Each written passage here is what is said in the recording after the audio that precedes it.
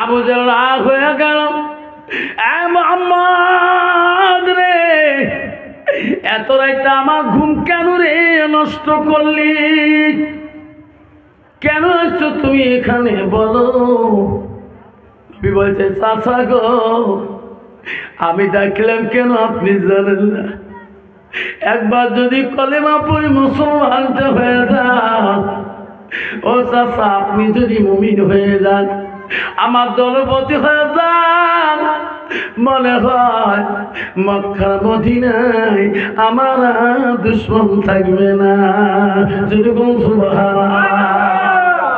আবু জেহেল এত রাগ হয়ে গেল, আরে মুহাম্মদ, এত তো লজ্জিত দিলাম রে, আজকে তবু তুমি গভীর রাতে আমার বাড়িতে ইসলামে দাওয়াতের জন্য আসিয়েছ। আবু জেহেল বল, মুহাম্মদ রে, আজকে আমাকে তুই কলেমা পড়ার জন্য আসছো, আজকে আমি জন্মের কলেমাটা পড়ে নেব, তুমি দাঁড়াও, অল্প সময় দাঁড়াও, আমি এখন ঘরের থেকে সাজিয়ে আসতেছি। আবু জেহেল রাগ হয়ে ঘরের ভিতরে গেল। আমার নবী মনে করছে রে, চাচা বাজাজকে কলেমা নিয়ে আমার সাথী হয়ে যাবে।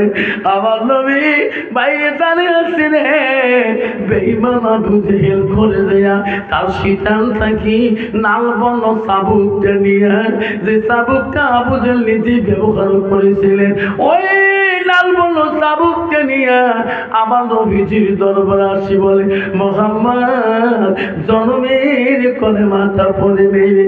আমার নবীর গায়ে এমন জোরে চাবুক মারা শুরু করে রে। নবী বলেন, চাচা, ও চাচা, আর মারবেন না গো, আমার মা নাই, আমার আব্বা নাই, আমাকে আর মারবেন না। বেঈমান আবু জেহেল ওই দিন নবীজির গায়ে এত বাড়ি দিলেন রে, আমার নবী কান্না, চাচা আর আমার মারিবেন না গো চাচা, আমার নবী এত কষ্ট পায়। ওই দিন এমন মার দিলেন, আবু জেহেল গেটের দরজা থেকে আমার নবী উঠতেও পারে না, ভালো করে দাঁড়াইতেও পারে না।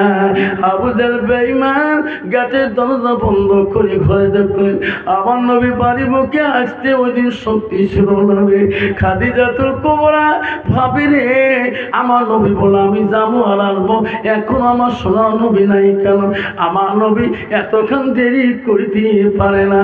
খাদিজার মন কান্দে রে, মুহাব্বতের নবী আমার বলি গেল, এতক্ষণ আবু জেহেল বাড়ি লেট করতে পারে না।